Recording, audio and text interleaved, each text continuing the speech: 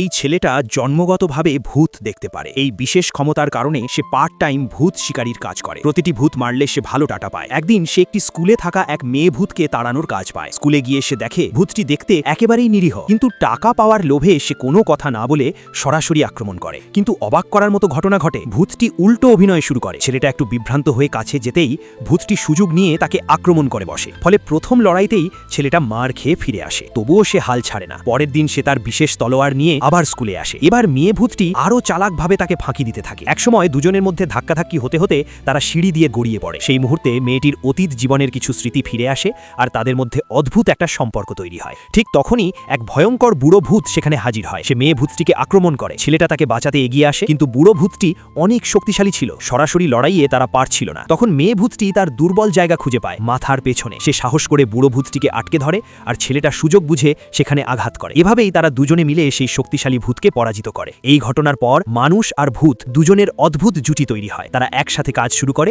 এবং আরও বড় বড় বিপদের মোকাবিলা করতে থাকে।